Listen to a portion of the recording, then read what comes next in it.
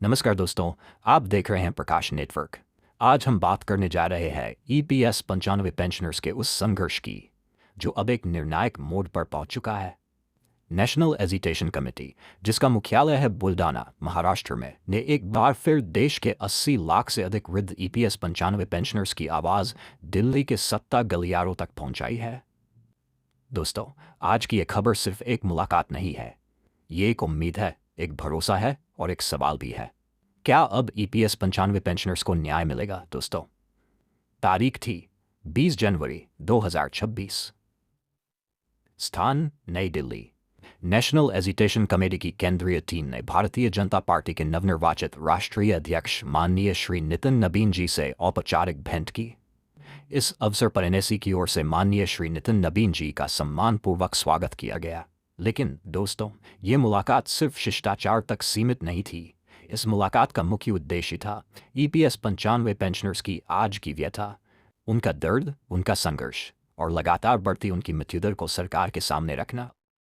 दोस्तों, एनएसी की ओर से एक विस्तृत ज्ञापन माननीय राष्ट्रीय अध्यक्ष को सौंपा गया। इस ज्ञापन में स्पष्ट शब्दों में बताया गया कि आज देश का ईपीएस 95 पेंशनर केवल 1000 रुपये की पेंशन पर जीने को मजबूर है। महंगाई चरम पर है, इलाज महंगा है और बुढ़ापे में कमाई का कोई दूसरा साधन नहीं है। ऐसे में दोस्तों, हर महीने सैकड़ों पेंशनर्स इलाज के अभाव में या आर्थिक तंगी के कारण इस दुनिया से विदा हो रहे हैं। और दोस्तों, ये केवल आंकड़े नहीं है, ये उन बुजुर्गों की कहानी है जिन्होंने अपने जीवन के 30 से 40 वर्ष देश की सेवा में लगा दिए। एनएसी ने भाजपा की कोश्यारी समिति की सिफारिशों का भी संदर्भ देते हुए ये याद दिलाया कि पेंशन बढ़ाने को लेकर पहले भी भाजपा की ओर से आश्वासन दिए गए थे और अब समय आ गया है कि उन आश्वासनों को हकीकत में बदला जाए।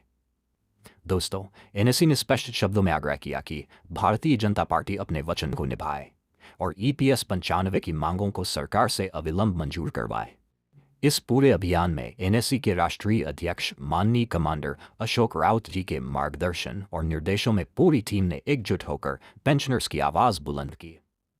एनएसी की केंद्रीय टीम में राष्ट्रीय सचिव श्री वीरेंद्र सिंह राजावत, राष्ट्रीय सचिव श्री रमेश बहुगुणा, दिल्ली अध्यक्ष श्री बीएस राणा और एनएसी नेता डॉ.एस.के. शर्मा की विशेष उपस्थिति रही।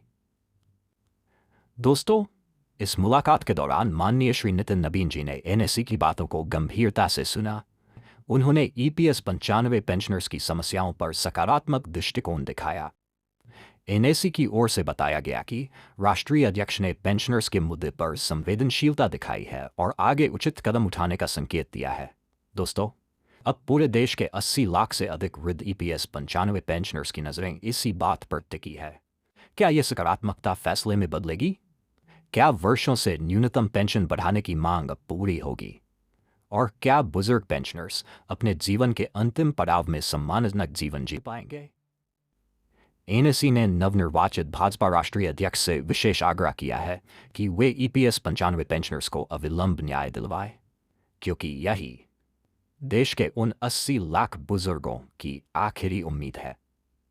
दोस्तों, एनएसी दिल्ली टीम ने इस अवसर पर सभी सहयोगियों का विशेष आभार व्यक्त किया है।